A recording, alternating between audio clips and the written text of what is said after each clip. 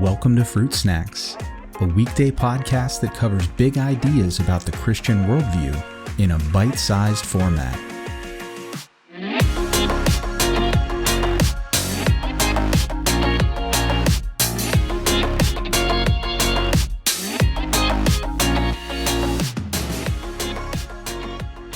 Hey everyone, welcome back.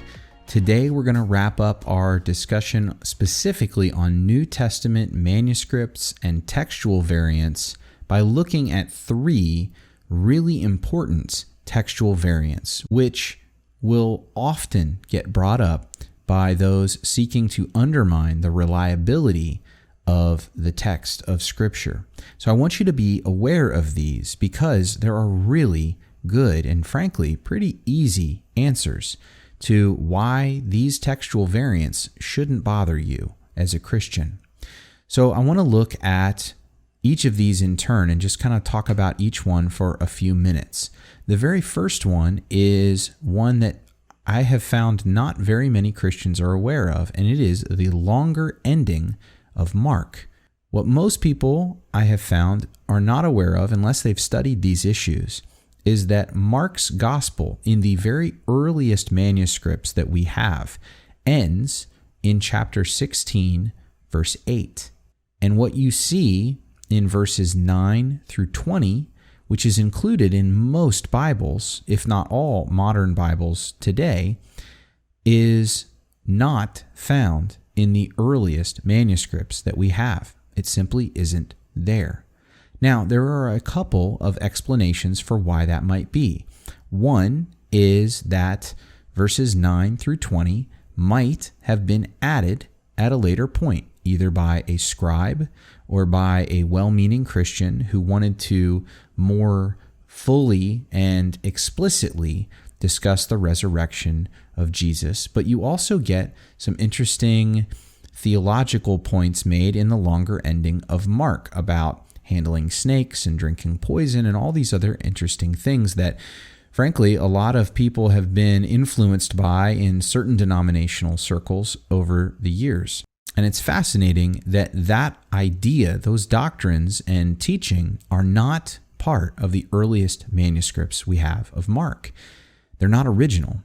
Now, I say that because we're pretty sure that they were added at some point, but another possibility is that perhaps they were original, but the earliest documents that we have degraded and been destroyed to the point where the original ending of Mark is no longer readable. If you read verse 8 of chapter 16, there are scholars who think that it ends just too abruptly to be the end, the actual ending of Mark. And so there has been speculation that there actually was more beyond verse 8, but we don't know what it is.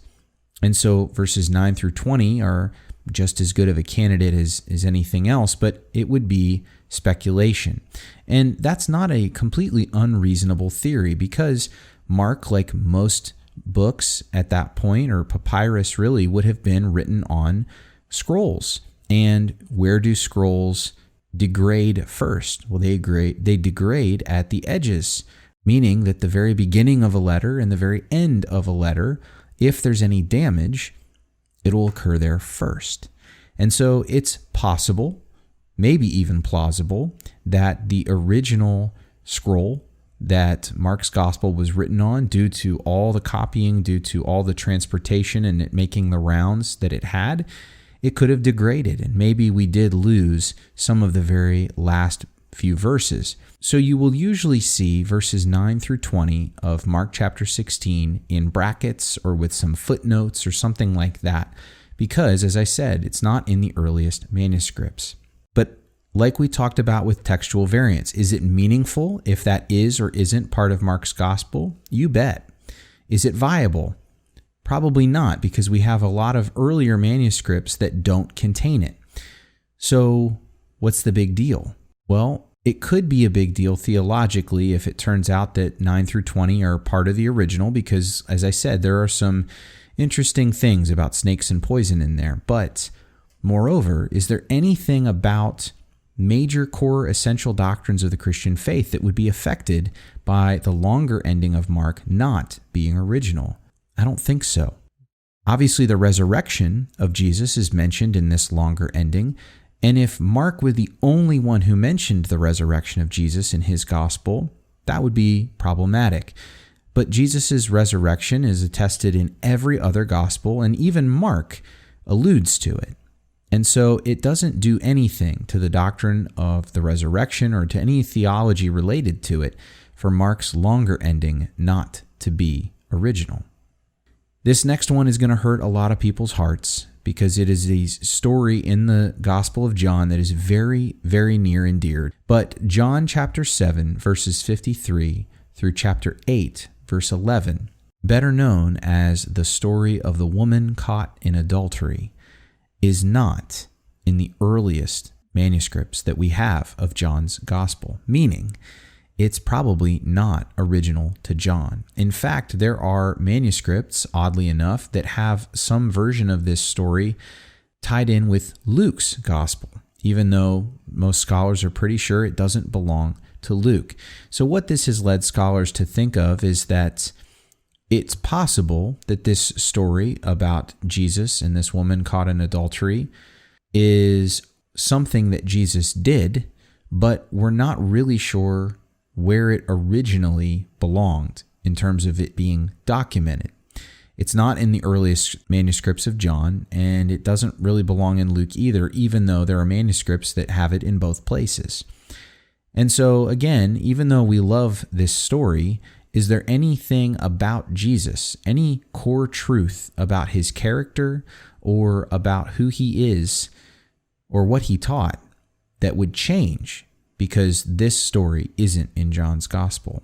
Not at all. In fact, the story, I think, has survived so well and become so beloved because it fits exactly with the character of Jesus that we see in the Gospels.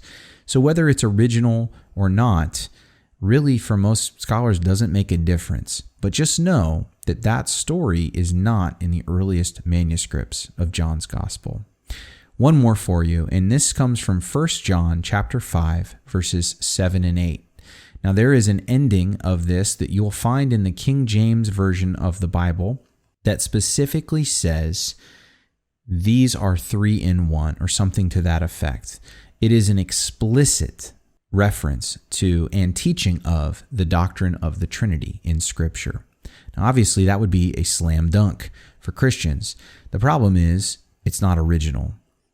It comes from later manuscripts, probably added by scribes to clarify the meaning and the intent of what's being discussed in these verses. So does that mean that the Trinity's out? Well, if you listened to the episodes I did on the Trinity, you may have noticed that I didn't mention 1 John 5, 7, and 8 anywhere. And that's because the doctrine of the Trinity can survive just fine without 1 John 5, 7, and 8, because it is found and taught and implied as a theme throughout so many other places in Scripture. So if the whole doctrine of the Trinity stood or fell based on this verse, we'd be in trouble. But the fact is it doesn't. So I want you to know about these three variants because these are probably the three most important textual variants that you will encounter or hear about if you get into this issue yourself. So I hope this helps because, again, I want you to be encouraged. Yes, there are differences in the Bible manuscripts that we have, none that affect any essential doctrine, and none have undermined or have the ability to undermine the truth of what we know and believe about Jesus. We have today what was originally written. We can trust that it's accurate. We can trust that it was written by those who knew and walked with Jesus. And we can trust that God has been sovereign over his Scripture and its writing and recording all of this time.